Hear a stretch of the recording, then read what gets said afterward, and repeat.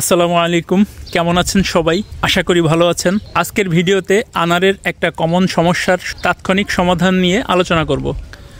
জানি না বিষয়টাকে কীভাবে নেবেন। যেহেতু আমি এই পদ্ধতি অ্যাপ্লাই করে উপকৃত হয়েছি, তাই ভাবলাম গ্রুপের সকলের সাথে এই পদ্ধতিটা নিয়ে একটু আলোচনা করি, যদি কারো একটু উপকারে আসে।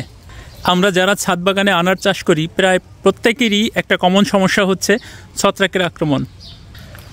এই কচি আনারগুলো সেট হওয়ার পরে এই ফুলের অংশের এই নিচ থেকে আস্তে আস্তে শুকাতে শুরু করে। একটা সময় পর পুরো ফলটা ধরে যায়।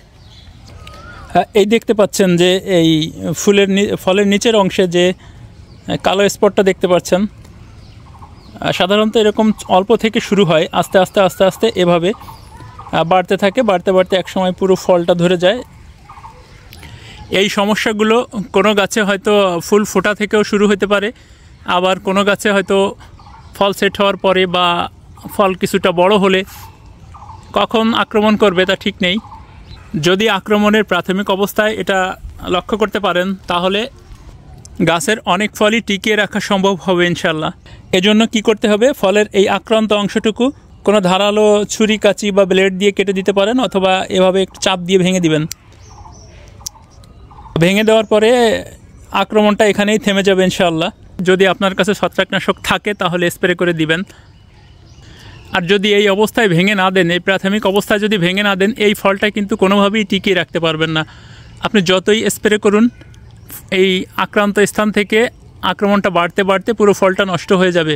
বিশেষ করে যে ফলটা আক্রান্ত হয়েছে ওই ফলটাকে কোনোভাবেই রাখতে পারবেন না। যদি ওই আক্রান্ত অংশটুকু ভেঙে দেন বা কেটে দেন, তাহলে ওই ফলটা টিকে যাবে ইনশাল্লাহ।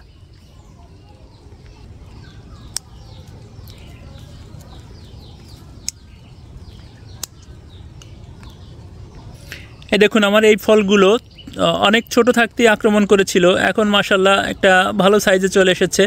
কিন্তু আক্রান্ত স্থান থেকে কিন্তু আর আক্রমণটা উপর দিকে যায়নি, মানে ফলের গায়ে আসেনি, ওখানেই থেমে গিয়েছে।